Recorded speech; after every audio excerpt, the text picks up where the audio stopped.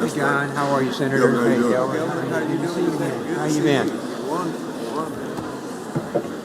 Call Senate to order. Mr. Clerk, please call the roll. Senator Barnett, This is Marcus Senator Thompson's Barry. father. Yeah. Senator Berry, Senator Blackman, Senator Blackwell, Recruiting some engineers for Senator Blunt, Senator Boyd, Senator Brumfield, Senator Bryan, Senator Butler, Senator Carter, Senator Chazanall, So he said. Senator We're Chisholm, counting on it too. Senator DeVar, Senator Delano, Senator England, Senator Fillingane, Senator Frazier, Senator Harkins, Senator Hickman, Senator Hill, Senator Hobson, Senator Horn, Here. Senator Jackson, Senator Johnson, Senator Jordan, Senator Kirby, Senator Ladner, Senator McCon, Senator McClendon, Senator McMahon, Senator Michelle, Senator Norwood, Senator Parker, Senator Parks, Senator Polk, Senator Rhodes, Senator Robinson, Senator Seymour, Senator Simmons of the 12th, Senator Simmons of the 13th, Senator Sparks, Senator Suber, Senator Tate, Senator Thomas, Senator Thompson, Senator Turner Ford, Senator Whaley, Senator Wiggins, Senator Williams, Senator Younger. Mr. President, a quorum is present. Thank you, Mr. Clerk. Will the senators and guests in the gallery please rise for the invocation to be given by Dr. Samuel Thompson, who is the pastor of Hope Springs Missionary Baptist Church in Jackson, Mississippi. Dr. Thompson is the father of the president of Jackson State University and is a guest of Senator Horn. The invocation will be followed by the Pledge of Allegiance by Senator Horn. Dr. Thompson. Let us pray. Eternal God, maker and creator of the universe, you are the God of all nations and of all people. As we gaze upon this beautiful building, which reminds us that you are beyond what we can build alone, and that you watch over us with your love and care. We come before you, Lord, grateful for the gifts that you have bestowed on us.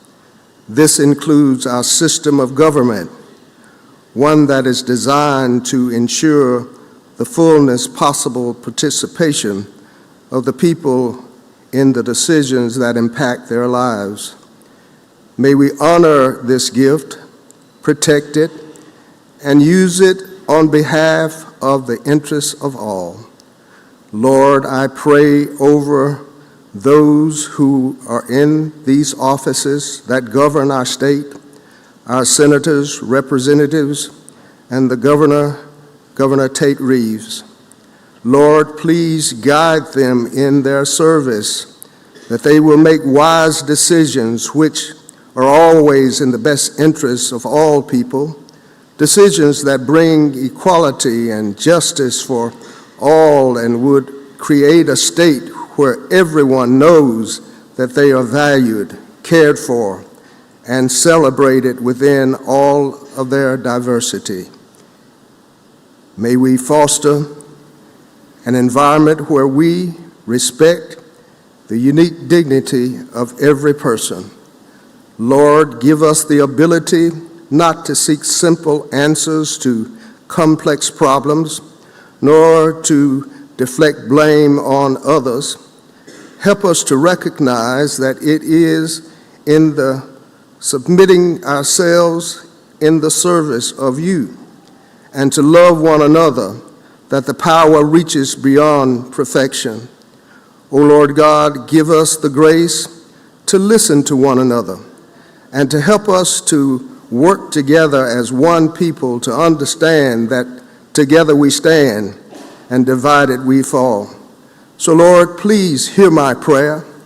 Incline your ears unto us and grant us your peace. We ask all of these blessings in the mighty, matchless name of your Son, Jesus Christ, do we pray. And the people of God said, Amen. Please join me in reciting the Pledge of Allegiance. I pledge allegiance to the flag of the United States of America and to the republic for which it stands, one nation, under God, indivisible, with liberty and justice for all. Come on, Dr. Lee, we're going to take a picture right there by the flag. There we go. Look good, Sal.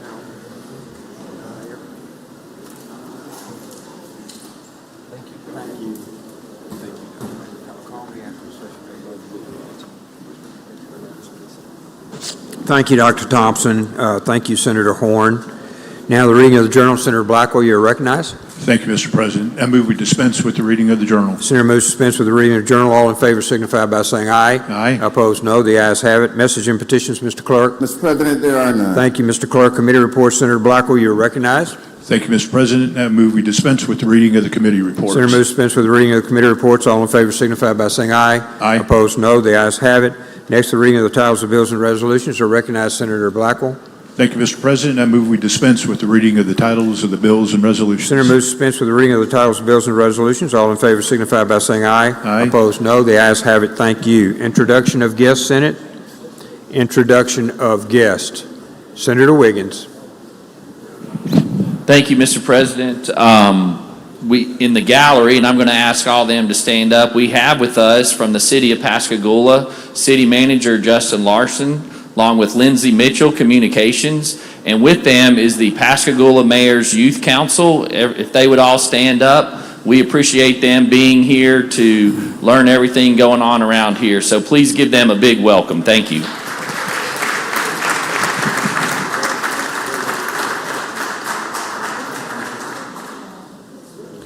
Okay. Welcome to each of you. Senator Robinson, Introduction, please, Mr. President. please proceed, ma'am. It is my honor to introduce the Doctor of the Day from Laurel, Dr. Patricia Tibbs, who specializes in pediatrics. She is loved by children and parents in both Laurel and Ellisville. She is serving as president of the Mississippi chapter of the American Academy of Pediatrics. Please help me welcome the Doctor of the Day, Dr. Patricia Tibbs. Welcome. Welcome, Dr. Tibbs. Appreciate you coming. Senator Turner Ford, Introduction, Mr. President. please proceed, ma'am. Thank you. Visiting with us in the North and South galleries, we have Countryside Christian School of Brooksville, Mississippi. They are joined by Mr. Joel Cohen, their teacher, and Principal Daniel Giesbrecht. Also with them are a number of parents. Senate, please let us make them welcome this morning.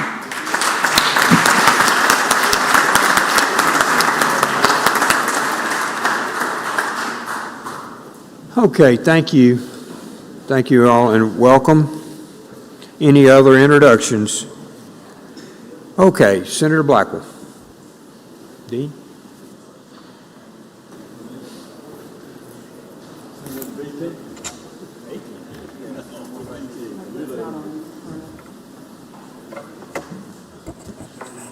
Senator Blackwell. Thank you, Mr. President. I request floor privileges for Dr. Johnson, her family, and coworkers. Senator requests floor privileges. Any objections? Seeing none, please escort them in. Floor privileges are granted.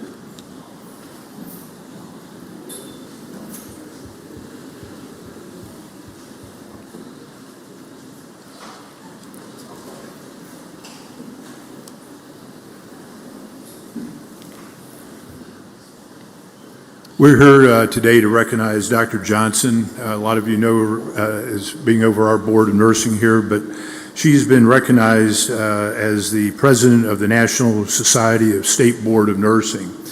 So a lot of times Mississippi kind of gets a bad name, but when it comes to finding leaders to represent us nationally, it always seems they somehow dip back into Mississippi and we get somebody to represent us. As you'll hear when the resolution is read, Dr. Johnson's got quite an distinguished career. She was retired as a commander in the Navy Reserves. I was in the reserves as well, and through reminiscing, we were both have been at some of the same duty stations, but never at the same time. And Dr. Johnson, it would have been an honor to serve with you. But may I ask the Secretary to read the resolution? Mr. Clerk, please read the resolution. Senate Resolution Number 50, a resolution recognizing and congratulating Dr. Phyllis Polk Johnson, DNP, RN, FNP-BC, Executive Director of the Mississippi Board of Nursing, upon her appointment as President of the National Council of State Boards of Nursing. Now, therefore, be it resolved by the Senate of the State of Mississippi that we do hereby recognize and congratulate Dr. Phyllis Polk Johnson, DNP, RN, FNP-BC, Executive Director of the Mississippi Board of Nursing, upon her appointment as President of the National Council of State Boards of Nursing, and extend the best wishes of the Mississippi Senate for her continued success. Be it further resolved that this resolution be presented to Dr. Johnson, forwarded to the Mississippi Board of Nursing and the NSCBN, and made available to the Capitol Press Corps. Senator Blackburn.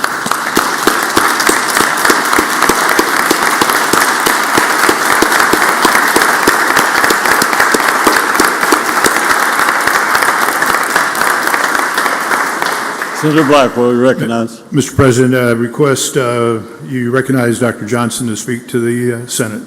Dr. Johnson, you're recognized to address the Mississippi Senate.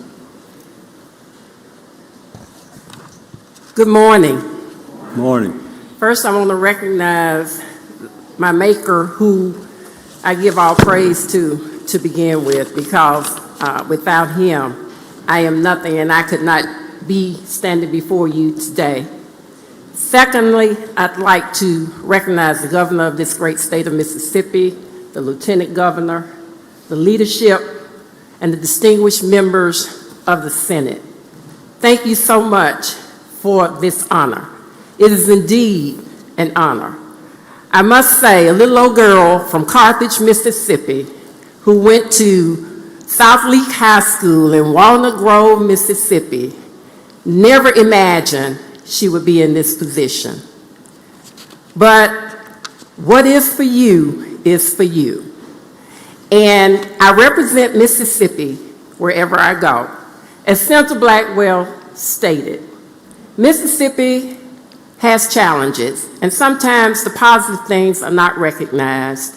But I will let you know, as the president of the National Council of State Boards of Nursing, which is a national organization that it has global outreach, I tout Mississippi and where I come from as a positive influence in my life.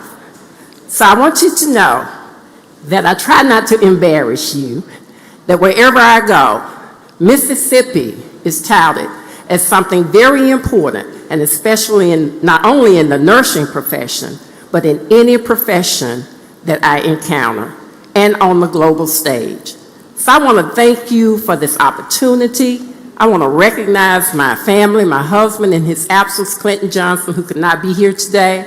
I have my son, Clinton Johnson III, known as Trey, and his wife, Dana, and my staff, and my board of directors. I cannot do anything without the support of the board of directors of the Mississippi Board of Nursing and the staff.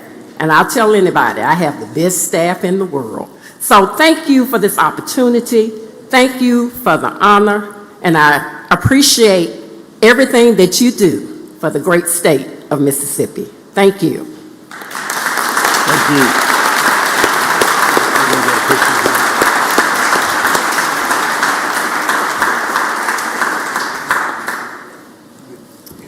It's good over here.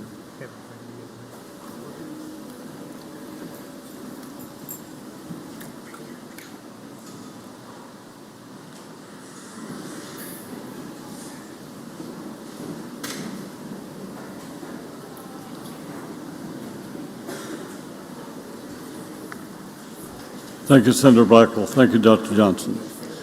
Senator Sarita Simmons. You're recognized for an introduction.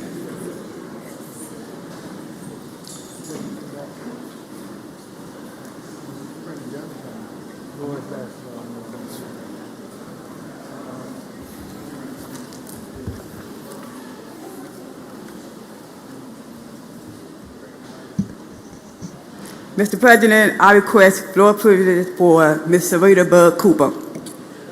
Request floor privileges from Ms. Cooper. Anyone object? Floor privileges are granted. Will the Sergeant at Arms please escort our guests to the chamber floor?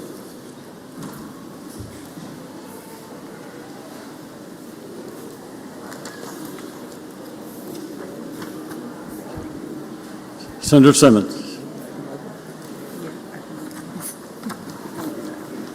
You recognize Senator Simmons?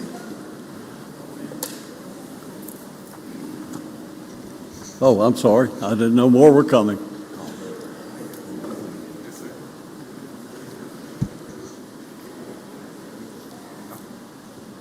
Ladies and gentlemen of the Senate, Ms. Sarita Bud Cooper White impact on basketball is nothing short of remarkable. A proud native of Morehead, Mississippi, has made her mark as both a standout basketball player and a championship-winning coach. Her journey began at Gentry High School, where she led her team to an unforgettable 40-0 season, winning the Class 4A state and Grand Slam championship in 2006 to 2007, earning titles like Miss Basketball for Mississippi and Class 4A Player of the Year. She continued her success at Delta State University, becoming one of the most accomplished point guards in NCAA Division II history, ranking third all-time in career assists, 963, and surpassing 1,000 career points. She is known for her leadership, vision, and competitive spirit. Transitioning from player to coach, Sarita brought the same passion and dedication to the sidelines. She led Gentry High School to 3 district championships and was named District Coach of the Year 3 times. In 2004 to 2005 season, as head coach at Washington School, she guided the Lady Generals to an impressive 26-7 record. Sarita Bud White Cooper White has been inducted into the Delta State University Class of 2025 Sports Hall of Fame. From her days as a record-breaking player to her success in coaching, Sarita Cooper White's story is one of resilience, leadership, and unwavering love for the game. Her legacy continues to inspire young athletes, proving that hard work, determination, and heart can lead to greatness. Mr. President, I would like to ask for floor privilege Well, we need to for read. Sarita Cooper to address the Senate. Well, first, if you may, let's read the resolution, Mr. Clerk. Senate Concurrent Resolution Number 538, a concurrent resolution recognizing the legendary basketball competition career of Delta State University 2025 Sports Hall of Fame inductee Sarita Bud Cooper White. Now therefore, be it resolved by the Senate of the State of Mississippi, the House of Representatives concurring therein, that we do hereby recognize the legendary basketball competition career of Delta State University 2025 Sports Hall of Fame inductee Sarita Bud Cooper White, and extend to Sarita and her family our wishes and thanks for her future success. Be it further resolved that this resolution be presented to Sarita Bud Cooper White, forwarded to Gentry High School Principal Edmund Williams, the Sunflower County Board of Education, the Athletic Director of Delta State University, and be it made available to the Capitol Press Corps.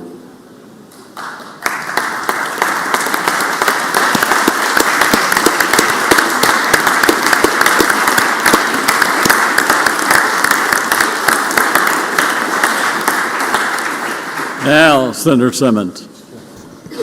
Mr. President, I would like to ask for permission for Ms. Sarita Bud White Cooper to speak. You're recognized to speak. Thank you. Thank you, thank you, thank you. Good morning, everyone. Standing here, I just want to thank God first. Without him, none of this would be possible. Secondly, I want to thank my coaches, my teammates, all of those guys who helped molded me and challenged me along the way.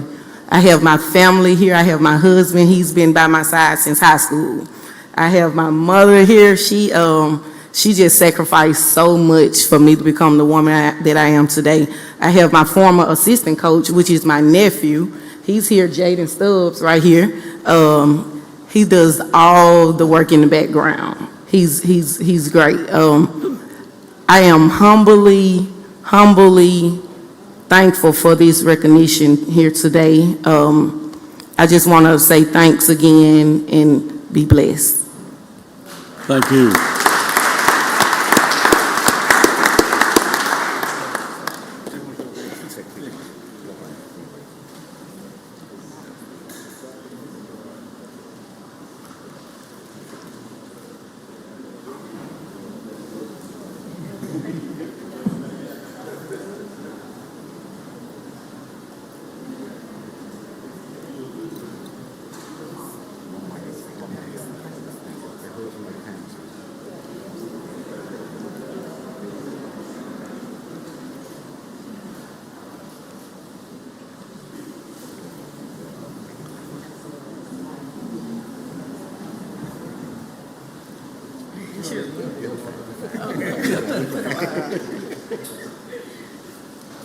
Thank you, Senator. Thank you, Coach. Senator Simmons, you're recognized for another, I believe. Oh, wait, before you get started, Senator Blunt, for what purpose? For an introduction of guests, Mr. President. You're recognized. Thank you, Mr. President. I see my friend up there, I think in the West Gallery, from the great city of Byron, Mississippi, the Honorable Alderman-at-Large, Ms. Rashonda Harris Allen is here with a group of students from Tougaloo College, and I'd like to ask Ms. Allen to stand up and all the students at Tougaloo College. Thank you all for being here. Make them welcome. Welcome to your Senate. Senator Polk, for what purpose? Have a recognition in the gallery, please. You're recognized, sir. Thank you, Mr. President. Up in the South Gallery, pointed toward Purvis, Mississippi, is an outstanding group of athletes. If y'all would please stand from the Purvis volleyball team. This group of athletes had a 32-9 overall record last year, 8-0 in district, and they won the state 4A 2024 volleyball championship. We are so proud of them. They've only been in formation for 6 years. This was their 6th season. They beat New Albany and for the state championship. With them up there is my good friend Ken Morgan, who just a little while ago in the House presented them with this concurrent resolution. Ladies and gentlemen, their coaches are Caitlin Acock and assistants Timber Bond and Mandy Cobia. If everyone would, please congratulate these young ladies. Congratulations.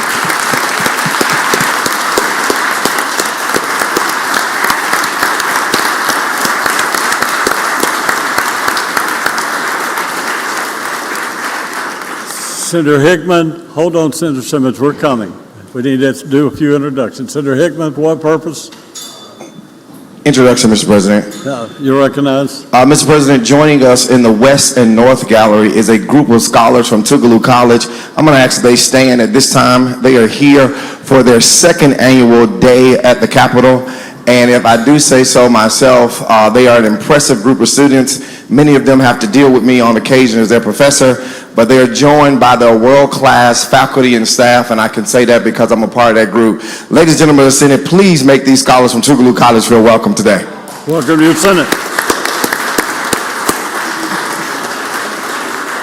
Senator McMahon, for what purpose? I rise for an introduction. You're recognized, Senator. My root-tootin' shooting neighbor from Guntown, Mississippi is here. I would ask that Patty Tucker in the North Gallery stand. Patty, my neighbor at Guntown, I ask everybody to give her a warm Senate welcome. Welcome to your Senate. Okay, we have one more, Senator. Senator Simmons.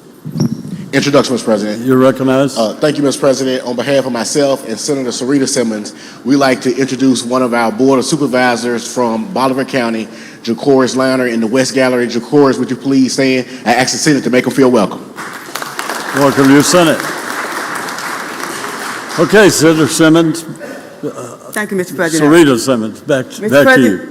Mr. President, I request floor privileges for Ms. Janet Davis. Floor privileges are granted, and it looks as if they're on the way. Okay.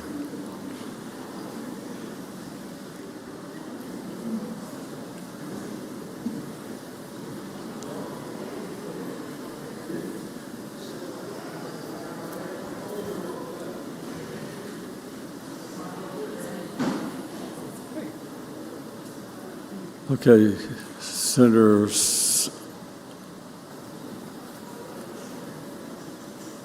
Senator Simmons. Ladies and gentlemen of the Senate, today we honor a woman whose determination and unwavering spirit have made a lasting impact on the world of track and field, a sports legend, Ms. Janet Davis. At the age of 8 years old, Janet began racing all over the country in cross country, indoor track and outdoor track, while achieving some defeats for the United States of America, but most importantly for her small town that no one ever heard of unless she stayed at the home of B.B. King. Feeling sometimes disrespected, Janet knew the use of the King name would get the attention she and her track team deserved. Janet won multiple AAU cross-country championships, state titles, and national competitions. She broke records in the 100, 200, and 400 meters, ranked #1 in her nation. Her journey is a testament to perseverance, faith, and the power of inspiring others. Her many honors include a street name in her honor in Indianola, and induction into the Gentry High School Hall of Fame. Yet, if you ask her, she'll say her greatest achievement aren't the titles or trophies. They are the lives she has touched and the barriers she has broken. Janet's motto is, it doesn't matter what type of family you come from, and or how many is in the family, because God always keeps his promise. We never do it alone. Be humble, recognizing that we are now on this earth to see how important we can become, but to see how much difference we can make in the lives of others. Her story is a proof that no dream is too big and no finish line is out of reach. Mr. President, would you please have the title read? Please read the resolution. Senate concurrent resolution number 534, a concurrent resolution recognizing the outstanding track and field competition career of Gentry High School and Florida State University All-American Janet Davis. Now therefore, be it resolved by the Senate of the State of Mississippi, the House of Representatives concurring therein, that we do hereby recognize the outstanding track and field competition career of Gentry High School and Florida State University All-American Janet Davis, and extend to Janet and her family our thanks and best wishes for future success. Be it further resolved that this resolution be presented to Janet Davis, forwarded to the principal of Gentry High School and the Sunflower County Board of Education, and be made available to the Capitol Press Corps.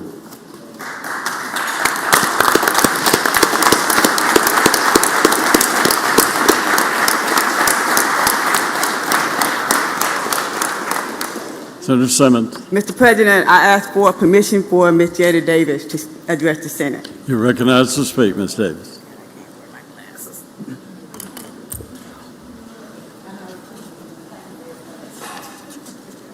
Good morning, Mississippi representatives. I'm so honored to be here with you this morning, and I want to thank you for this special invite. It's always a great honor when one is recognized for their skills, talents, and craft. Today is a great day to share my truth and journey of track and field as to who I am, where I come from, who I became, and who I am today. However, my this journey is not just about me, for there is no way for me to tell my story without telling the story. I am Janet Davis, born February the 11th, 1965. I am the other half of a twin. I am the 15th child of 17, and I'm the proudest Mississippian I know. Born and raised in Indianola, Mississippi, My parents were Lucille and Anthony Cobbins Jr. I came from poverty, uneducated parents, yet a loving home and hard-working parents. My truth and journey began at Carver Elementary School during PE time. This is where the young name, married 23-year-old PE teacher Stanley Lott became a household name within our community by taking on the reins of what was the Indianola Track Club. From the age of 8 until I was graduated high school, I was a member of the Indianola Track Club. We traveled all around the world with Stanley Lott and his friends and various chaperones to help out with the team. Through the years, there were many young ladies to compete and be a part of the Indianola Track Club. However, there were 7 of us who stayed on from elementary school until graduating high school.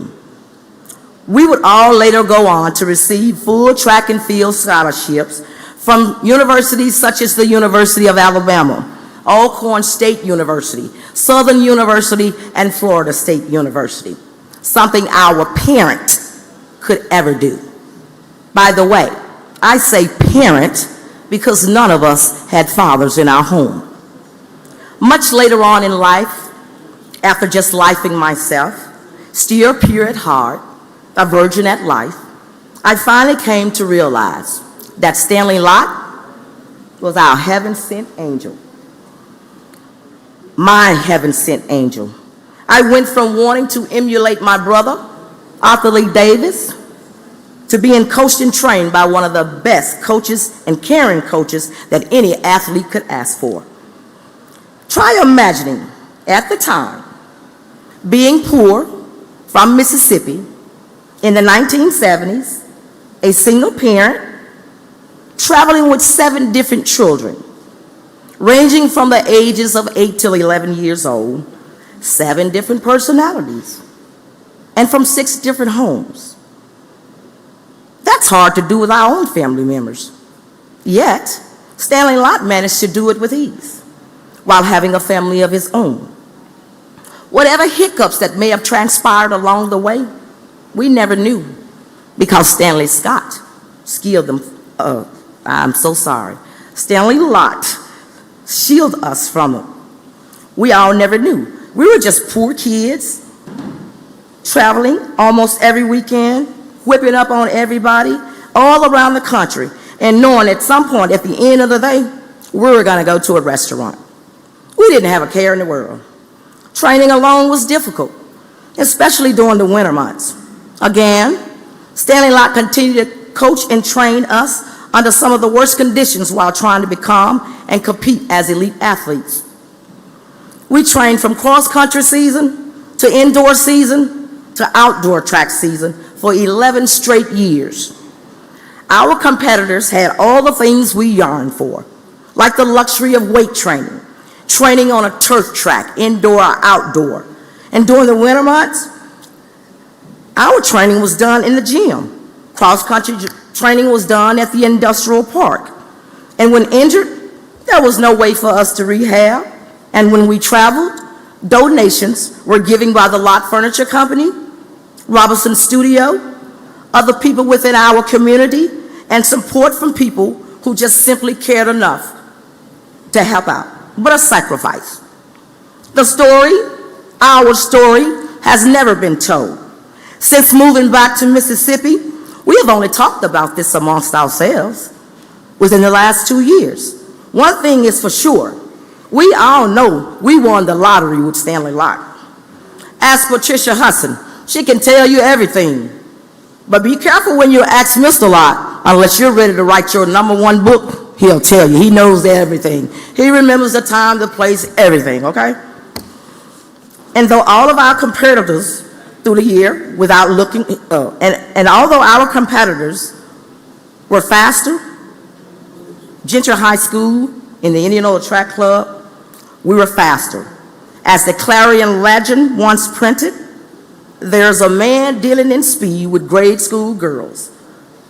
The crime is that nobody can catch them, and the home folks aren't upset at all. That was us. Being from Mississippi, we know how to do more with less.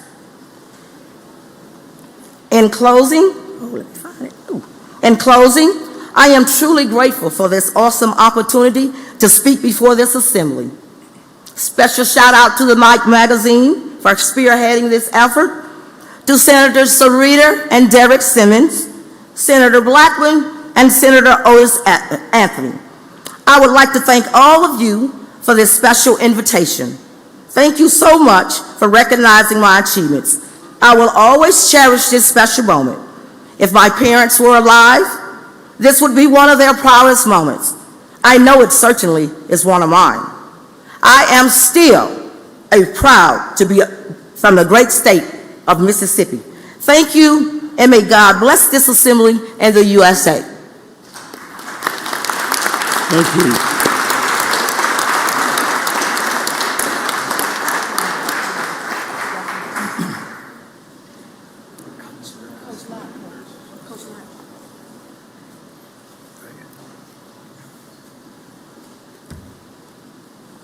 Where do you want me at?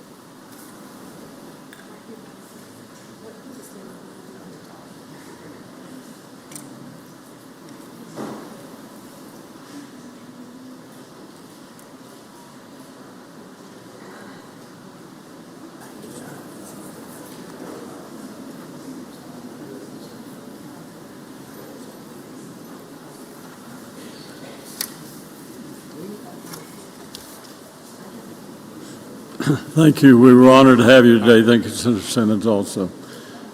Senator Harkins, what purpose? Introduction out of order. You're recognized, sir. Thank you, Mr. President. If my colleagues in the Senate would please help me welcome a special group of students in the North Gallery, Hartfield Academy's Worldview and Cultural Exchange Program in partnership with 10M Foundation. We have had the honor of having with us today several juniors from the Czech Republic who are here for a 2-week stay shadowing some of our students. And my family has been fortunate enough to host one of these young ladies, Alishka, and I'd like for all of y'all to stand and please let the Senate make you welcome. Welcome to your Senate.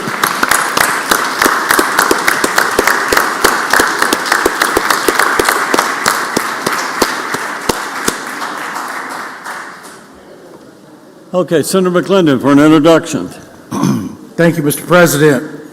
Mr. President, I request floor privileges and presentation of Senate Resolution 125, recognizing the 50th anniversary of Mississippi State Fire Academy.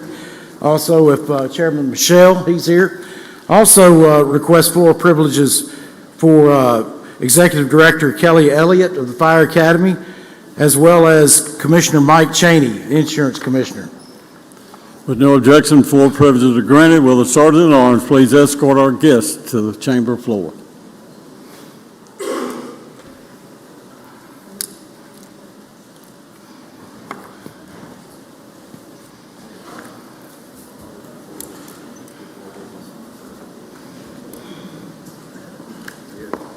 Okay, Senator McClendon, recognized. Thank you, Mr. President. Today is a wonderful day for everybody that sits in these seats because it shows that this body can come together as a whole to do something good for the citizens of this state. For 50 years, this body has chosen to make our fire academy the #1 fire academy in the United States of America.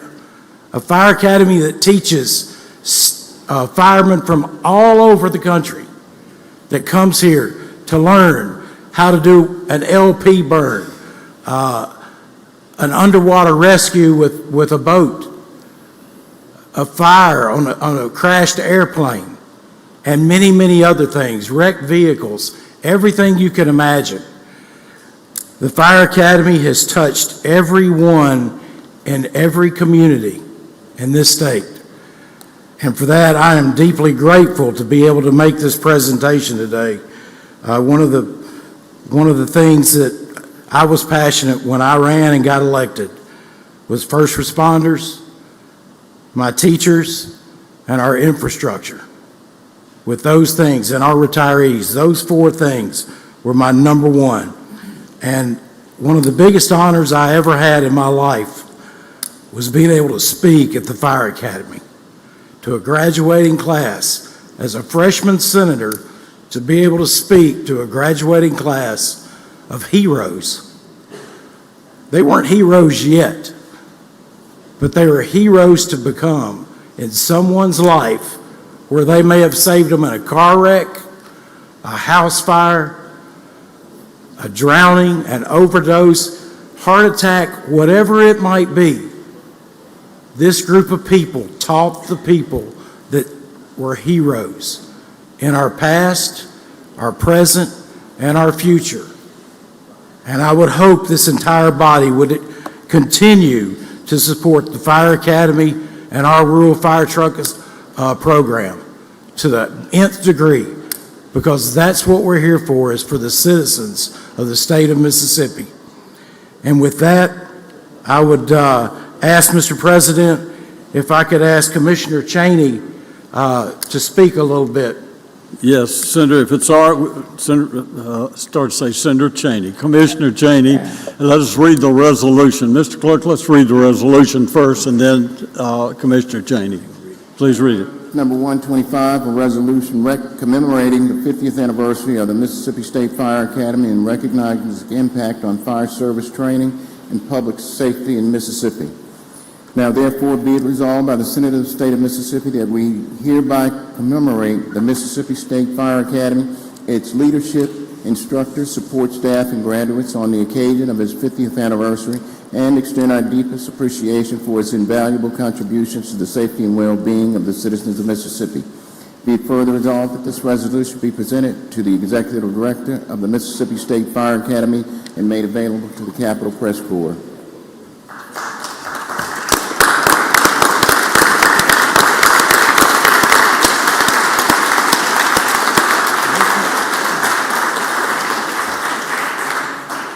One thing I would like for the public and all the people out there in TV land to know,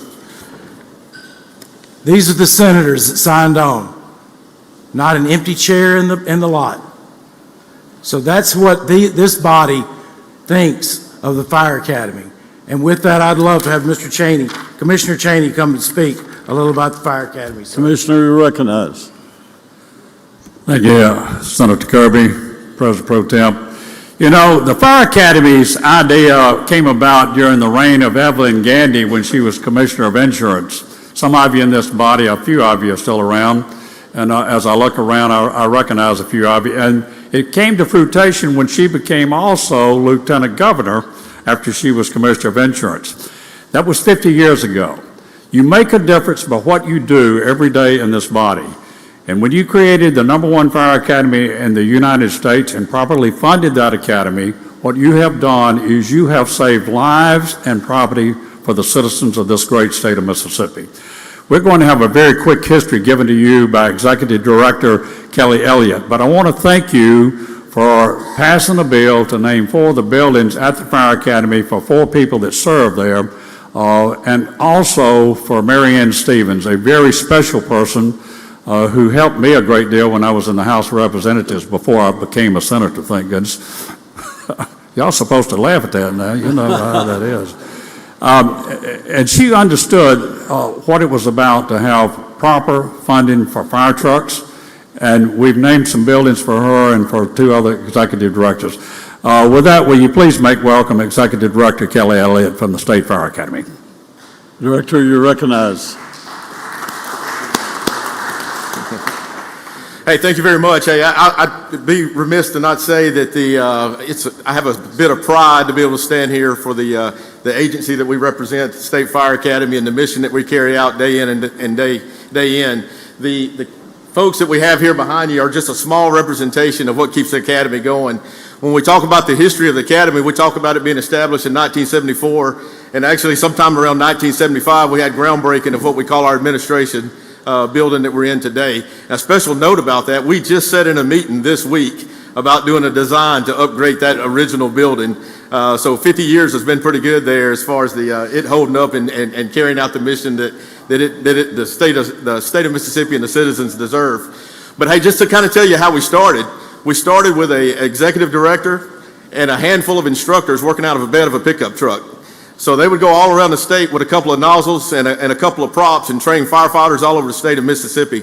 And that has grown over the years into 8 classrooms, an administration building that now houses our IT department, which has grown tremendously from what it actually started out with. We were actually keeping student records on note cards at one time, and we just switched to a new system this past year that you guys helped fund, that where we had to transfer somewhere over 100,000 individual student records. So that kind of tells you a little bit about what happens out there. Not only are we recognized as the #1 state fire academy in the USA, but we also have people visit internationally all the time. And I hate to say this, but we turn folks away because the capacity that we have, we prioritize that for the citizens and the industry of Mississippi first. And we still have folks come in from out of state. We still have them coming from the international level, but we do prioritize our citizens and our firefighters first. But from the time that admin building was built to now, there's now 2 advanced burn facilities. There's 5 pads that you can do flammable liquids fires on. There's a train derailment site. We have tunnels up under the ground where we can train an advanced rescue for those doing confined space. We have a fairly brand new building. It's our fire service dormitory that you guys helped fund. Probably a couple of years ago is when it was actually finished, I think in '23. And we can hold over 150 students overnight right now. A special note about that new facility is it can also be a staging area when we have a disaster in the state. So our response teams can come and be housed at the academy and stage and head to the coast or wherever they need to go from that point forward. But hey, I just really want to thank you guys for your continued support. Senator McClendon for the recognition, and Commissioner Cheney for the support he gives us day in and day out.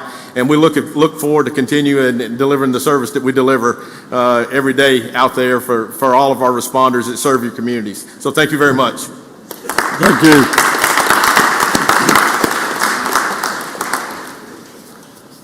Mr. President, I want to thank the Fire Academy. When I did get to speak as a freshman, it happened to be our anniversary that day, and I closed that speech with this. I looked at my lovely wife and I said, "You'll always be a fire I can't put out." So, with that, thank you, Fire Academy. Thank you, Senator. Let's take a picture, man.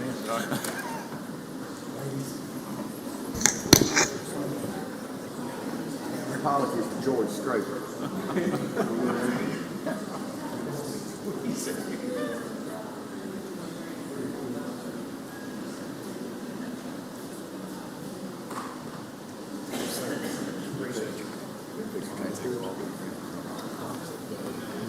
Thank you, Senator.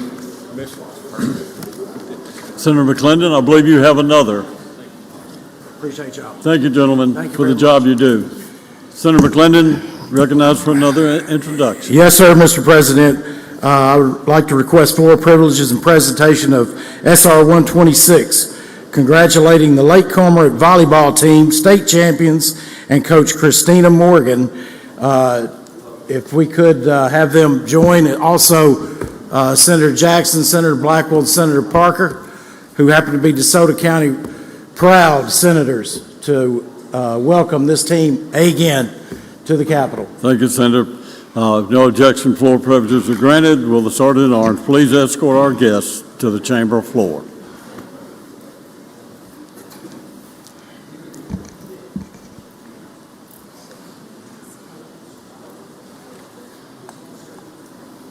Congratulations.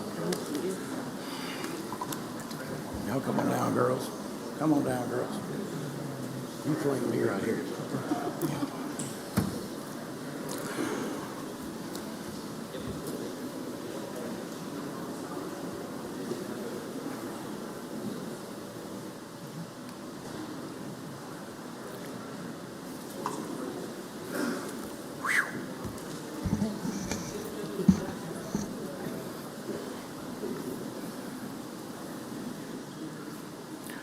Not only athletic, but homecoming queens.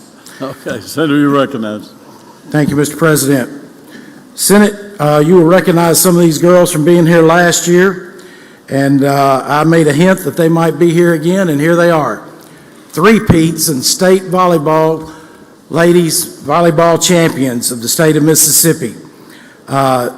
Standing before you is a dynasty in the making.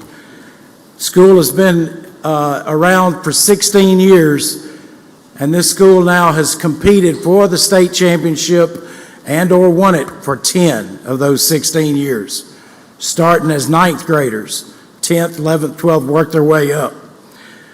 Before us, and I know team, there's no I in team, but I would be remiss if I did not recognize junior Sophie Gonzalez, who's with us, who has won the most valuable player of volleyball for the state for 3 years running as a freshman, sophomore, and junior year, plus she's got one more year to go. Sophie, where are you? Sophie, come here. Come here, stand right here. I want you to look right up there at that camera and say, hi, NCAA volleyball coaches, because there they are. Here she is. Thank you, Sophie. Thank you.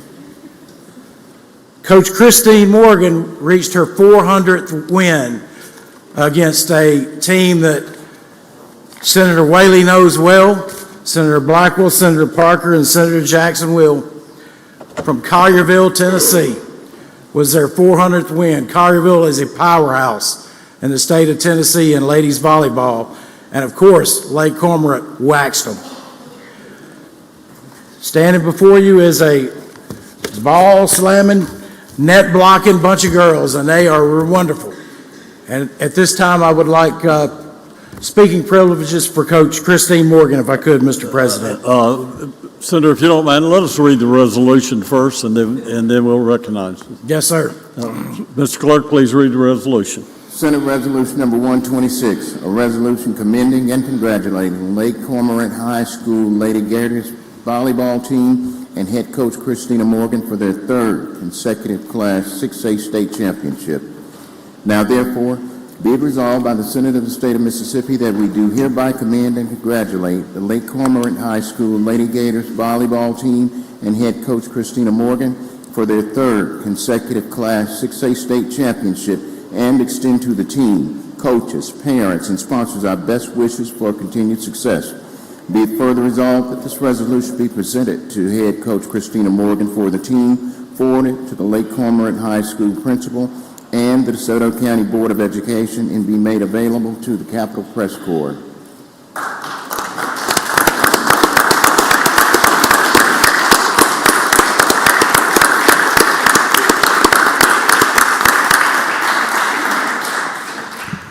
Okay. Mr. President, I forgot to say one thing about Coach Morgan.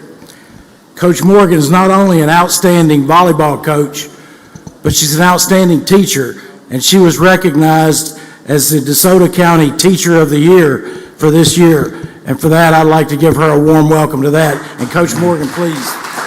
Coach Morgan. Coach Morgan, you're recognized to speak to the Senate. Thank you. And I would like to thank you for having us here today. Thank you to Senator McClendon for inviting us. I appreciate your time, and this is a really great honor for us. Lake Cormorant, like you said, hasn't been around for a very long time in the grand scheme of things when it comes to high schools, but when we started, we took kids from the Horn Lake area, the Hernando area, and even parts of South Haven and formed Lake Cormorant because, you know, DeSoto County is growing. And so it was a challenge, but it was a challenge that I thought was something that I wanted to do. So I was so happy that I got to start the program at Lake Cormorant. And the first group that came in, I told them, it's up to y'all to start what kind of legacy to leave here. And they did. In 2009, they won a state championship. And every year since then, I have had girls that have believed in that legacy and worked very, very hard. This is a special, special group. They set all kinds of records this year. Our motto was to make history. I'm very, very proud of them. I have 3 seniors that are going off to play in college. And again, this, like I said, this is a special group. They have not lost a set to a 6A school in over 2 years. So extremely proud of them. Again, thank you for having us. And all of this is because of them. Okay, so I do want to say thank you, girls, and I'm honored to be your coach. This is my assistant, Katie Busby. I do want to recognize her. And my assistant principal, Mr. Parker Jones is with us, and then my dad is with me today too, Danny Klein. So thank you so much. Thank you. All right, ladies. Let's do it. Come on around here. Y'all squeeze in here. Come on up this way.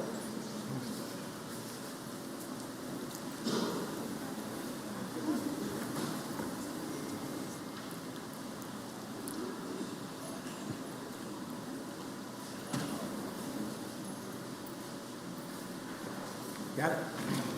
Thank y'all.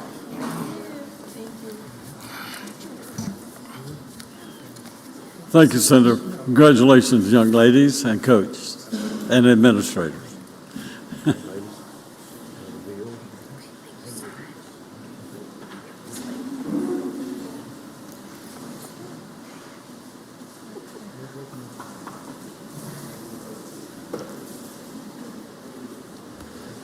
Okay, we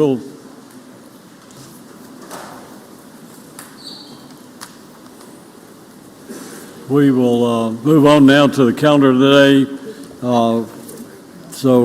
Senator Harkins, the finance calendar, item 1. Thank you, Mr. President. I'd like to go to item 1 and have the title read. Please read, John. Number 7, Anna Sue Stedman, Natchez, Mississippi, Mississippi Home Corporation, as a resident of the 2nd Supreme Court District, term effective December 30th, 2024, and will end December 29th, 2030.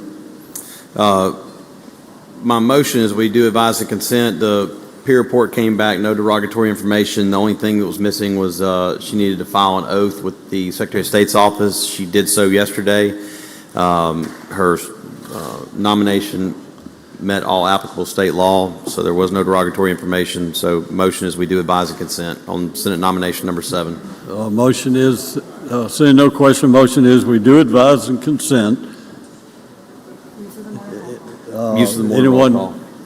Use the morning roll call, by use of the morning roll call. Anyone object, anyone wish to be recorded as voting no? Seeing none, please record all present by the use of the morning roll call on do advise and consent. Senator Harkins. I'd like to go to item 2, Senate nomination number 41, and have the title read. Please read, John. Senate nomination number 41, David Allen Williams, First Mississippi Hospital Equipment and Facilities Authority, as a certified public accountant, experience in hospital finance, 4-year term effective July 23, 2024, and ending January 10th, 2028. Vice Mr. Ed Tucker. Senator Harkins. Mr. Williams came before the committee. He had no derogatory information, met the statutory requirements. The only thing he needed to file was a statement of economic interest with the Secretary of State's office. He did so yesterday. So my motion is we do advise the consent on the morning roll call. Seeing no question, the motion is to advise consent by the use of morning roll call. Anyone wish to be recorded as voting no? Seeing none, please record all present by the use of morning roll call as voting aye. Do advise consent has been adopted. Thank you, Senator. I'd like to go to item 3, Senate nomination number 60, and have the title read. Please read title. Senate nomination number 60, John M. Robinson, Tupelo, Mississippi State Tax Appeals Board, as an associate member, 6-year term beginning July 1st, 2024, and ending June 30th, 2030. Senator Harkins. Mr. Robinson appeared before the committee. His nomination was proper. There were no derogatory information in his file. The only thing that came up was he needed to file a bond with the Secretary of State's office. He does have a current bond with the Secretary of State's office, and he can only renew it once the new term begins. So he is in good standing. So my motion is we do advise the consent on Senate nomination number 60 by the morning roll call. Seeing no question, the Senator moves that we do advise consent by the use of morning roll call. Anyone wish to be recorded as voting no? Seeing none, please record all present by the use of morning roll call as voting aye, and do advise consent has been adopted. Senator? I'd like to go to item 4 on today's calendar, Senate nomination number 77, have the title read. Please read title. Senate nomination number 77, Brandy Irvin Howe, Ocean Springs, Mississippi Business Finance Corporation, as an individual associated with small business, remaining of a 6-year term effective June 6, 2024, and ending March 31st, 2029. Vice Brett C. Boykin. Ms. Huff appeared before the committee. The nomination met all statutory requirements. Only thing that needed to happen was to file a statement of economic interest with the Secretary of State's office, which they did yesterday. She did yesterday. And so my motion is we do advise consent on the morning roll call. Seeing no questions, Senator suggests use morning roll call for due advise and consent. Anyone wish to be recorded as voting no? Seeing none, please record all present by the use of morning roll call as voting aye. Due advise and consent has been adopted. Senator Harkins. I'd like to go to item 5, Senate nomination number 78, and have the title read. Please read, Tom. Senate nomination number 78, John Allen Lanes, Ridgeland, Mississippi, Mississippi Business Finance Corporation as an individual associated with small business. Remainder of a 6-year term effective June 6, 2024 and ending March 31st, 2029. Vice Ralph Chapman. Mr. Lang appeared before the committee. His nomination met statutory requirements. There was no derogatory information in the file. He also needed to file a statement of economic interest, which he did so yesterday. And so my motion is we do advise the consent on Senate nomination number 78. Seeing no questions, the senator has moved or suggests the use of morning roll call for final passage on due advise and consent on item number 5, Senate nomination 78. Anyone wish to be recorded as voting no? Seeing none, please record all present by use of morning roll call as voting aye. Thank you, Senator Harkins. Local and private, Senator Whaley, you wish to take up some of those? Thank you, Mr. President. I'd like to skip items 6 and 7 and have them retain their place on the calendar. Go to item number 8, call it up and have the title read. Please read title. Senate Bill 3056, Calhoun County, authorize assessments on convictions for improvements to courthouse and pretrial detention facilities. Make the usual motion. Senator makes the usual motion. All in favor say aye. All opposed no. The ayes have it. Senator Whaley. Thank you, Mr. President. Senate Bill 3056 deals with Calhoun County allowing them to offer an assessment of $25 for justice court convictions, circuit court convictions, county court convictions, and then on $50 for driving under the influence convictions in those 3 courts as well. And that's an explanation of the bill, and I'll yield for any questions. Seeing no questions, the senator suggested Passes by the use of morning roll call. Senator Bryan, you wish to speak? Senator Bryan, you're recognized.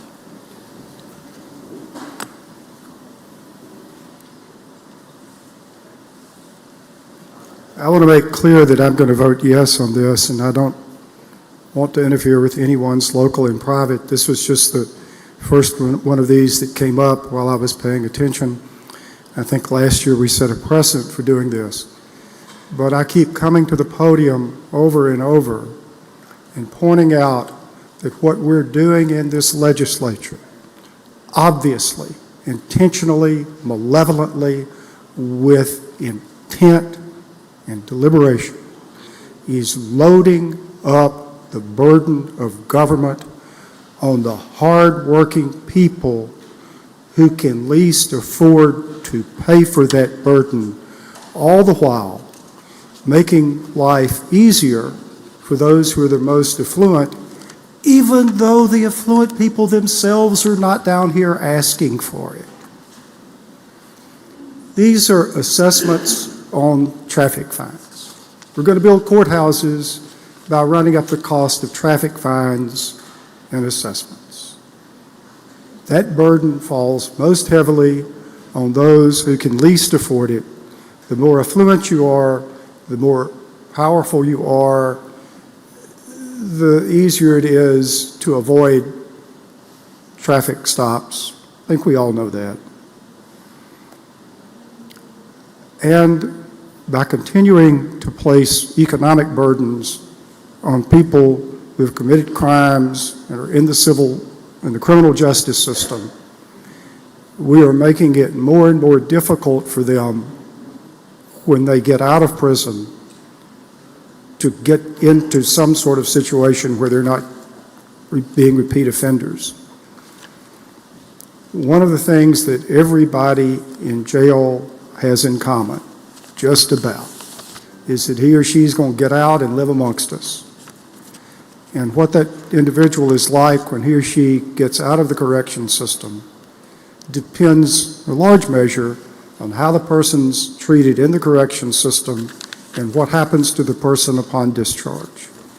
And I've seen in my relatively small law practice, individuals struggling with fines and assessments and financial difficulties, all of which is hitting them at a time when they're most vulnerable. So I'm not opposing this local and private. I'm going to vote for it. I'm going to vote for the other local and privates. We've set this precedent, but I just want to point out again, over and over and over, we make life more and more difficult for the people who are struggling, the people I think that would be most interested in trying to help. Thank you, Senator. Senator Whaley. Oh, I'm sorry, Senator Sparks, did you have a question of Senator Bryan? Speak on the bill. You're recognized to speak.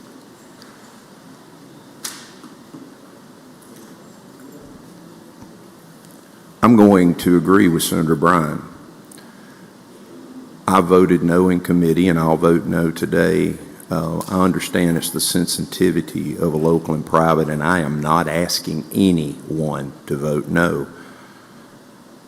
My issue is that these are misdemeanor violations, which are inclusive of traffic tickets, moving violations, improper equipment.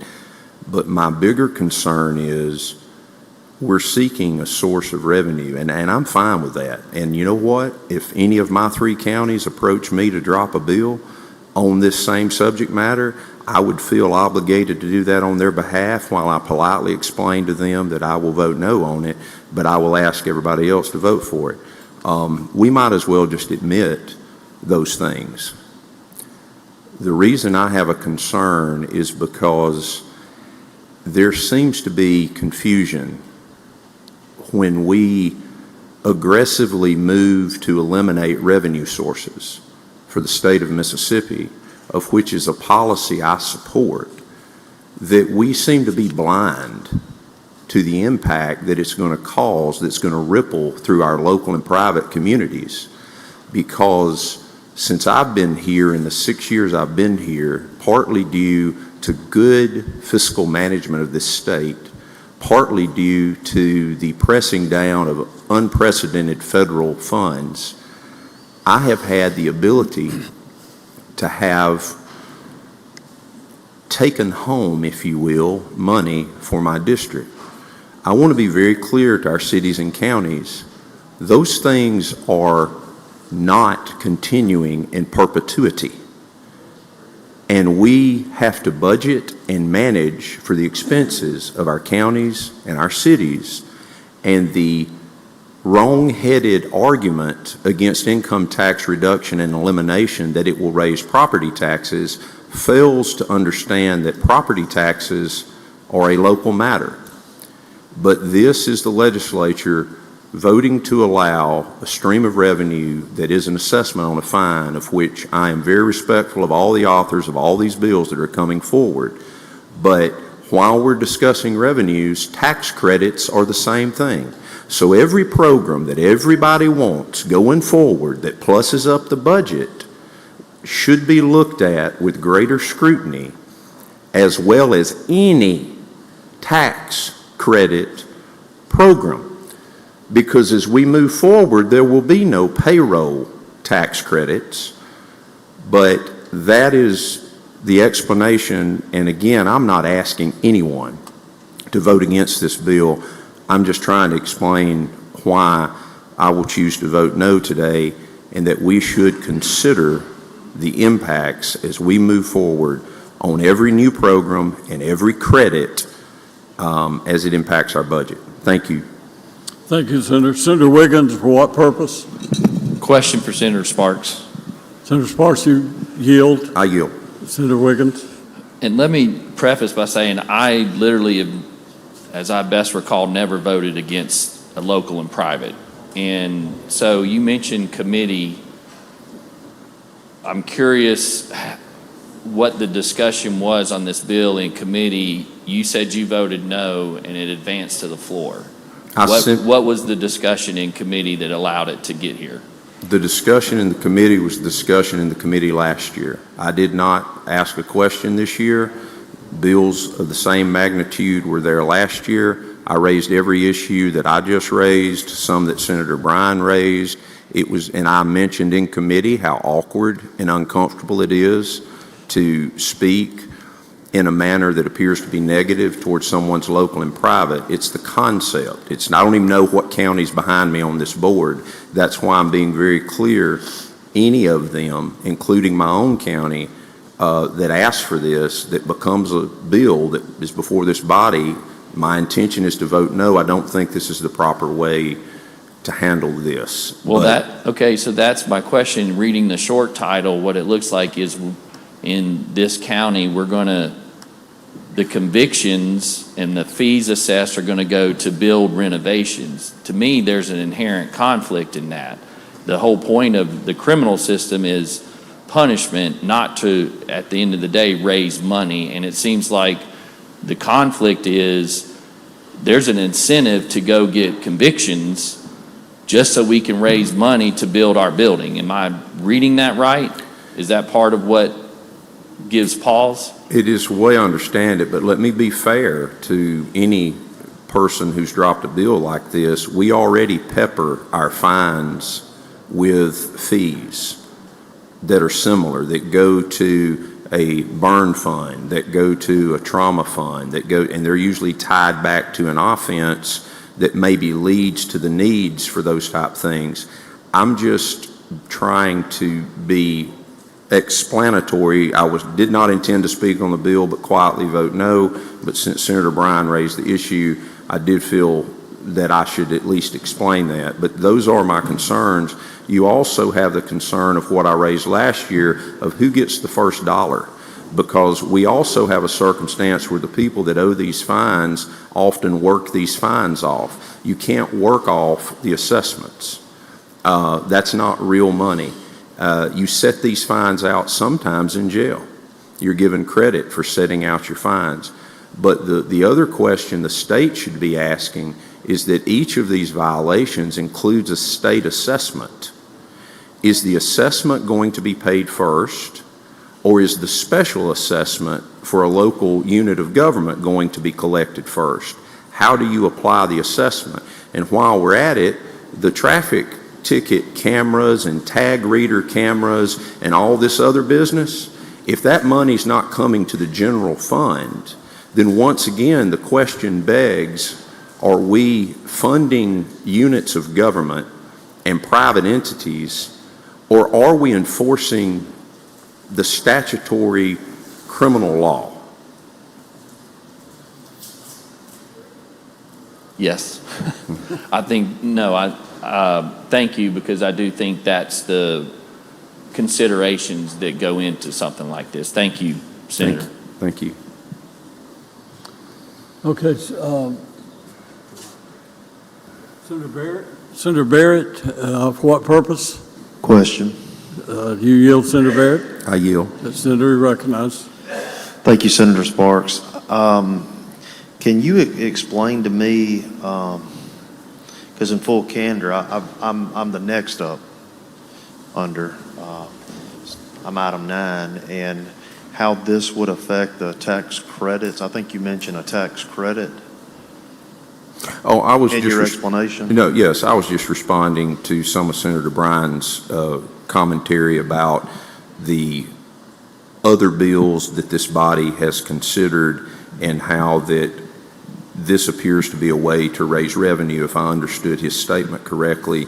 And while I do think that he is correct that other bills have impacted our revenue stream, but when we evaluate going forward, programs that either cost the state more money or are tax credits, which is an equal dollar-for-dollar reduction to the revenue of the state of Mississippi, considering the principle of tax policy that we've adopted this season as reduction to the point of elimination, my point is that the precedent set, as Senator Bryan stated, will be that we're going to see more and more assessments, whether it's from the state of Mississippi or any county or city, to try to supplant revenue.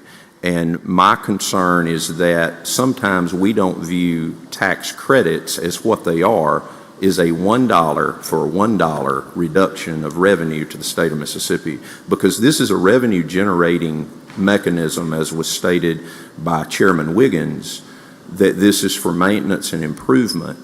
And as each of us have done probably in the past, I know I have asked the legislature for project money, including last year for a courthouse need in Tishomingo County. That's how I chose to handle it. I brought forward a desire, a question, an ask, if you will, in the project bill. This is raising revenue for the same purposes through another legislative mannerism, which again, I have the utmost respect for the author of every one of these bills. So,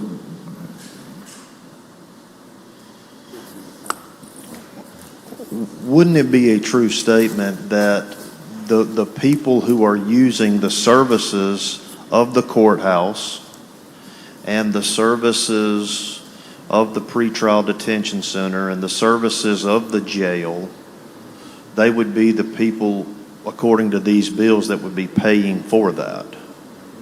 The assessment would go to those who've been convicted of crimes. That's correct. And Correct. Usually those convicted of crimes are using those services.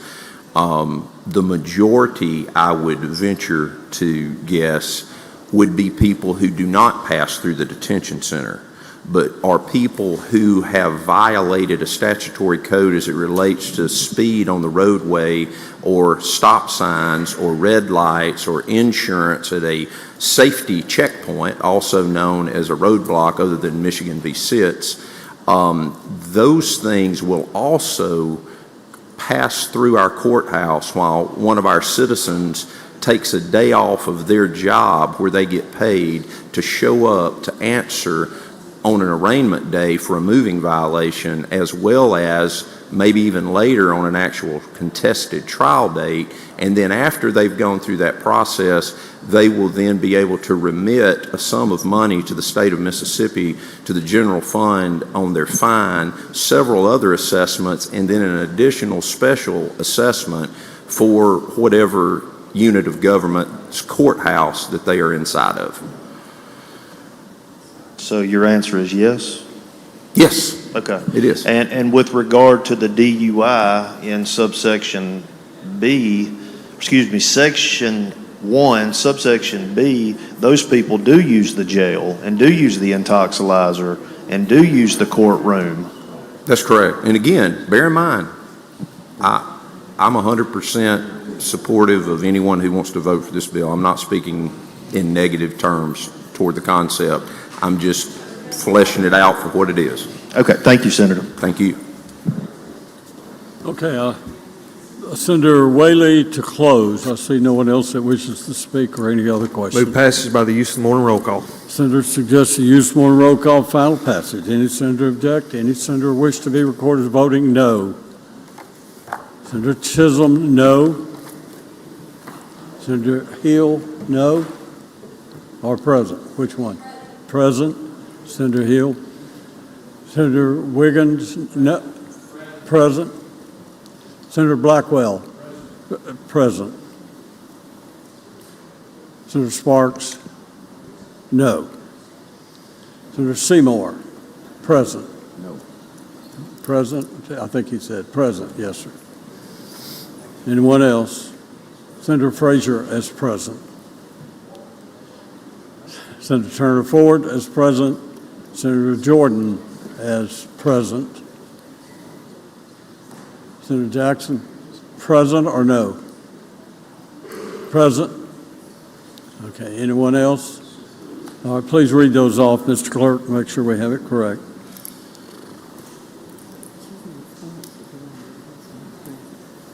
Voting no, Chisholm and Sparks. Voting present, Hill, Wiggins, Blackwell, Seymour, Frazier, Turner Ford, Jordan, and Jackson. Okay. Seeing no No one else, the bill has passed. Okay, Senator Whaley, go to item number 9. Thank you, Mr. President. I'd like to go to item number 9, called up and have the title read. Please read the title. Senate Bill 3061, Lincoln County authorized assessments on convictions for improvements to courthouses and pretrial detention facilities. Make the usual motion. Senator makes your usual motion. All in favor say aye. Aye. All opposed, no. The ayes have it. Senator Whaley. All right, let's do this again. On Senate Bill 3061, this time it is for Lincoln County to authorize and levy an assessment on justice courts, county courts, and circuit courts in the amount of $25, except for a driving under the influence conviction, which would be $50 to fund repairs and renovations to their courthouses. And I would yield for any questions if there are any. Seeing no questions, the senator suggests the use of more than roll call for final passage. Any senator object? Any senator wish to be recorded as voting no? Senator Chisholm, Senator Sparks, Senator Wiggins as present, Senator Blackwell as present, Senator Hill as present, Senator Seymour as present, Senator Frazier as present. I'll slow down a minute for them. Okay, Senator Jackson is present. Anyone else? Seeing no others, please record all others present by the use of more than roll call as voting aye, and the bill has passed. Okay, Senator Whaley. I'd like to go to item number 10. Senator Whaley, Senator Norwood, for what purpose did you? I didn't see your light. Mr. President, I had a question, but I'll just ask Senator Whaley directly. Okay, ask him. I got you. Do it later. Thank you, Senator. I just saw your light. Item number 10, Senator. I'd like to go to item 10, called up and have the title read. Please read the title. Senate Bill 3265, City of Water Valley, authorized an act of tax on restaurants for tourism and parks and recreation. Make the usual motion. Senator makes the usual motion. All in favor say aye. Aye. All opposed, no. The ayes have it. Senator Whaley. Like to be recognized to explain the bill. You're recognized to explain the bill, Senator. Thank you. Senate Bill 3265, dealing with the City of Water Valley, and this is authorizing them to hold an election to levy a 1% tax on restaurants and prepared foods for the promotion of tourism and parks and recreation. They would have to have an election where 60% would have to be 60% would have to be used for passage, and this also has a 4-year repealer, so it does have a sunset. And I will yield for any questions. See no questions. Senator, a motion. Passed by use of more than roll call. The senator suggests the use of more than roll call for final passage. Any senator object? Any senator wish to be recorded as voting no? Senator Chisholm is no. Please record all others present by the use of more than roll call as voting aye, and the bill is passed. Senator Whaley. I'd like to go to item 11, called up and have the title read. Please read the title. Senate Bill 3269, Chickasaw County, authorized assessments on convictions for improvements to courthouses and pretrial detention facilities. Make the usual motion. Senator's made the usual motion. All in favor say aye. Aye. All opposed, no. The ayes have it. Senator Whaley. Thank you, Mr. President. This is a bill for Chickasaw County, very much similar to the previous two that we have done, $25, except for a DUI conviction of $50, and that would be to renovations of the courthouse and the pretrial detention centers, and I would yield for any questions. See no questions. Senator. Use of the more, passed by use of more than roll call. Senator suggests the use of more than roll call for final passage. Any senator object? Any senator wish to be recorded as voting no? Senator Chisholm, Senator Sparks, present for Senator Wiggins, Senator Hill present, Senator Frazier present, Senator Jackson present, Senator Seymour present, and Senator Jordan present. Senator Blackwell is present. Senator Turner Ford is present. Anyone else? Seeing no others, please record all others present by the use of more than roll call as voting aye, and the bill is passed. Senator Whaley, number 12. Thank you, Mr. President. I'd like to go to that item and call it up and have the title read. Please read the title. Senate Bill 3275, Madison County increased the amount of bonds that may be issued for the Madison County Economic Development Authority. Make the usual motion. Senator makes the usual motion. All in favor say aye. Aye. All opposed, no. The ayes have it. Senator Whaley. Thank you, Mr. President. Senate Bill 3275 deals with the Madison County Economic Development Authority, And basically what we're doing is we're increasing their bonding authority from $12 million to $25 million. And this is for economic development purposes and however they see fit to use it for the implementation of attracting businesses or whatever they need to do for their development. Now to yield for any questions. I see no questions. Motion, Senator. Passage by use of the morning roll call. The Senator suggests use of morning roll call, final passage. Any senator object? Anyone wish to be recorded as voting no? Seeing none, please record all present by the use of morning roll call as voting aye. The bill is passed. Senator Whaley. I'd like to go to item 13, call it up and have the title read. Please read title. House Bill 1777, City of Ridgeland, authorized to levy tax on restaurants, hotels, and motels to promote tourism, parks, and recreation. Make the usual motion. Senator makes the usual motion. All in favor say aye. Aye. All opposed no. The ayes have it. Senator Whaley. House Bill 1777, this is for the City of Ridgeland, and this is authorizing an election for a 1% prepared food restaurant tax and a 2% tax on hotels, motels. And this is for the enhancement of the Freedom Ridge Park. Much like the others, it would have to have a referendum, 60% passage. The election would be the first Tuesday after the first Monday in June. And this will be repealed. The act shall stand repealed from and after the first day of the month succeeding the date of the final payment, so it has a sunset, and I would yield for any questions. See no questions, Senator. Motion. Passes by use of the morning roll call. Senator suggests the use of morning roll call, final passage. Any senator object? Any senator wish to be recorded as voting no? Senator Chisholm, no. Please record all others present by the use of morning roll call as voting aye, and the bill is passed. Senator Whaley, number 14. I'd like to skip item 14 and ask that it retain its place on the calendar. We'll pass and retain item 14. And, Mr. President? Yes. Senator. On items 8, 9, 10, 11, and 12, I would ask for immediate release. Immediate release requested. Any objections? Seeing none, the immediate release is granted. Okay, now for concurrence and non-concurrence, anyone there? No. And then, of course, end conference appropriation, no. We'll pass all those. We'll go to all the way back to item 211 under the general calendar with no objection. If no one wishes to bring one up before then. Item 211, pass and retained. Senator DeBar. Item 211, 212, Senator DeBar, pass and retain. 213, 214, accountability, pass and retain. 215, will also pass and retain. At 216 will also pass and retain. Senator Boyd, item 217. Mr. President, I ask that we go to item 217, and I would request permission to bring up items 217 through 222 in block. The Senator suggested we take items 217 through 222 in block. Any objection? Anyone wish to set one aside? Seeing none, please read the titles of items 217 through 222. Senate nomination number 13, Leonard H. Lynn Blanton Jr., Tupelo, Mississippi, Board of Directors of the College Savings Plan, Mississippi Trust Funds, 5-year term effective July 1st, 2024 and ending June 30th, 2029, representing the 1st Congressional District. Senate nomination number 16, Freddie Vidak Carmichael Sr., Meridian, Mississippi, Mississippi Community College Board, 6-year term beginning July 1st, 2024 and ending June 30th, 2030, representing the 3rd Congressional District as it existed in 1986. Senate nomination number 17, John Raymond Pygott, Carrera, Mississippi, Mississippi Community College Board, 6-year term beginning July 1st, 2024 and ending June 30th, 2030, representing the 5th Congressional District as it existed in 1986.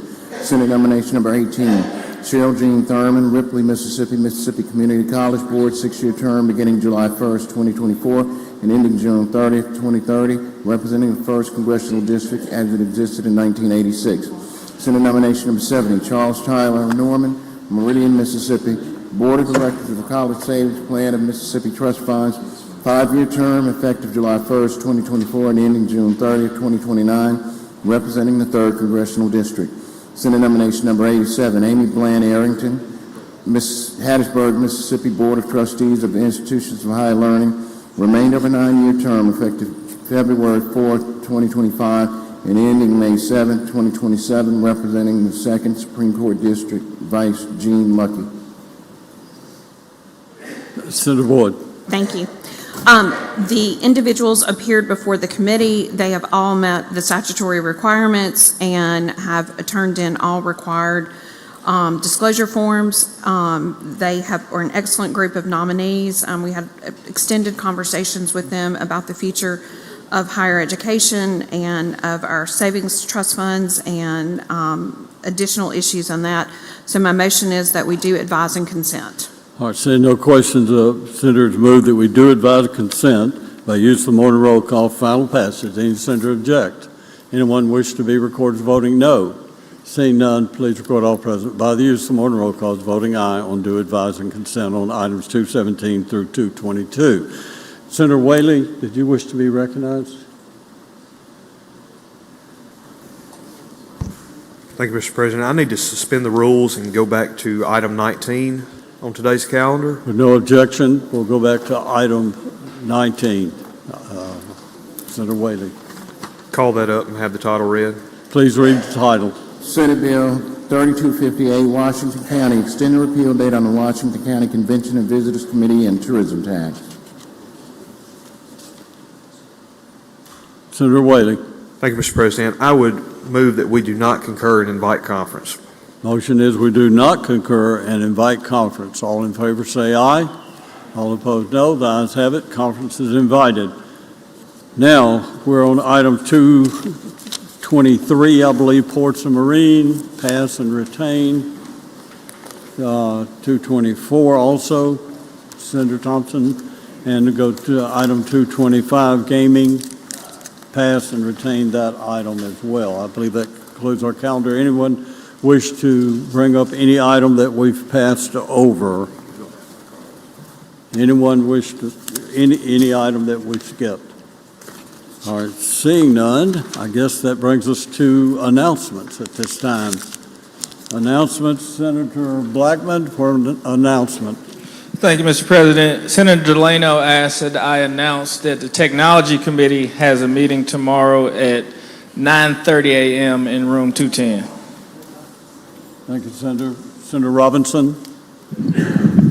Adjourn in memory, Mr. President. You recognize, Senator. Today, I would ask the Senate to adjourn in memory of Mr. Bud West of Laurel. He is a retired employee of Sanderson Farms, where he helped grow the company and a good friend of mine. Thank you, sir. Thank you, Senator. Senator Bryan, announcement. Mr. President, Public Health will meet this afternoon at 3 p.m., which is our regular meeting time, in room 216. We will be considering a number of confirmations. The committee assistant has the peer committee reports. If any member of the body of the committee wants to go and look at the peer committee reports on any individual, those will be available all afternoon or until 3 p.m. And then, of course, at 3 p.m., the committee will meet. But I want to make sure everyone has an opportunity to stop by and look at the peer committee reports if they choose to, and they can do that by stopping by the committee assistant's desk. Thank you. Thank you, Senator Bryan. Senator Whaley, announcement. For an adjourning memory. You recognize. Thank you, Mr. President. Today, when the Senate adjourns, I would ask that we do so on behalf of Senator Parks and myself, Mr. Lanny Griffith of Corinth, Mississippi. He was a former executive director of the Mississippi Republican Party. Thank you, Senator. Senator Younger, announcement. Thank you, Mr. President. At 2 o'clock, 216 Highways and Transportation will meet, and it's just for 2 confirmations. It won't take very long. Thank you. Thank you, Senator. Senator Suber, announcement. Announcement, Mr. President. You recognize. Tomorrow at 1:30 in room 210. Wildlife Fisheries and Parks will meet. We have a few nominations to take up. Thank you, Senator. Senator Tate. By way of Senator McCon. By way of Senator McConnell, okay. Adjourn memory. You recognize, Senator. As the Senate adjourns today, I've got two to ask for. One of them is a fire chief from Louisiana who's actually the brother of my secretary, Gerald Griffith. He served for 30-some-odd years as the chief down there. The second would be a longtime mayor of Union, Mississippi, named Wayne Welch. Good guy. We want to ask the Senate to remember their families as we go forward. Thank you, Senator. Senator Filligan, do you wish to be recognized? Thank you, Mr. President, for an adjourn in memory. You're recognized. Thank you, Mr. President. When we adjourn today, I'd like for the Senate to adjourn in memory of Ms. Fran Ginn. She was a restaurateur and caterer in Columbia, Mississippi. She owned the Backdoor Cafe. Some of you may have eaten there before, but she was a very nice lady. Thanks. Okay, Senator Sparks. Thank you, Mr. President, for an announcement and an adjourn in memory. You're recognized, sir. Thank you. The announcement is that from 1:30 to 4:30 today on the first floor, Jeremy Martin, who's the former Assistant Secretary of State and actually is the SBA Financial Services Champion of the Year for Mississippi, will be down explaining and showing what he can do with small business through the program Compass. But he would love to see you. Most of us know Jeremy Martin.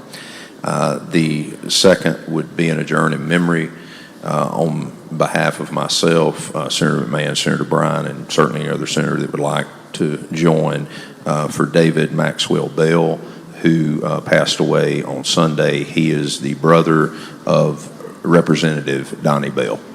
Thank you, Senator. Senator Whaley, what purpose? Thank you, Mr. President. I'd like to hold item number 13 on today's calendar on a motion to reconsider, please. Please hold on a motion to reconsider and join the chairman. Okay, any other announcements? Mr. Clerk, if you would please read back the announcements. Highways and Transportation will meet today at 2 p.m. Public Health and Welfare will meet today in room 216. Public Health and Welfare will meet today 3 p.m. in room 216. And on Thursday morning, 9:30 a.m., Technology will meet in room 210. Okay, Senator Blackwell. Thank you, Mr. President. I move the Senate stand in recess until 5 p.m. or until the last conference report has been filed, at which point the journal will reflect we're adjourned until 10 a.m. tomorrow morning. Senator Blackwell moves the Senate stand in recess until 5 p.m. or until the last conference report is filed, at which time the journal will reflect the Senate stands adjourned until 10 a.m. tomorrow morning. All in favor say aye. So, hold on a second. Senator, you're recognized to make an announcement before we have the vote. Thank you, Mr. President. Finance will meet at 1:30. We have 3 local and private bills to take up in 216. Thank you, Senator. Now, for recess, all in favor say aye. Aye. All opposed, no. The ayes have it. Thank you, Senator Harkins. Thank you, Senator Blackwell. Senate stands in recess. Can I ride with you? Sir? Can I ride with you to lunch? Oh, yeah. God, I forgot. I forgot about lunch. Lunch, we get the good lunch, so we have to rush back. That's right. We don't have to. I'm going to drop On this 1:30. Oh, you do now. What's on 11?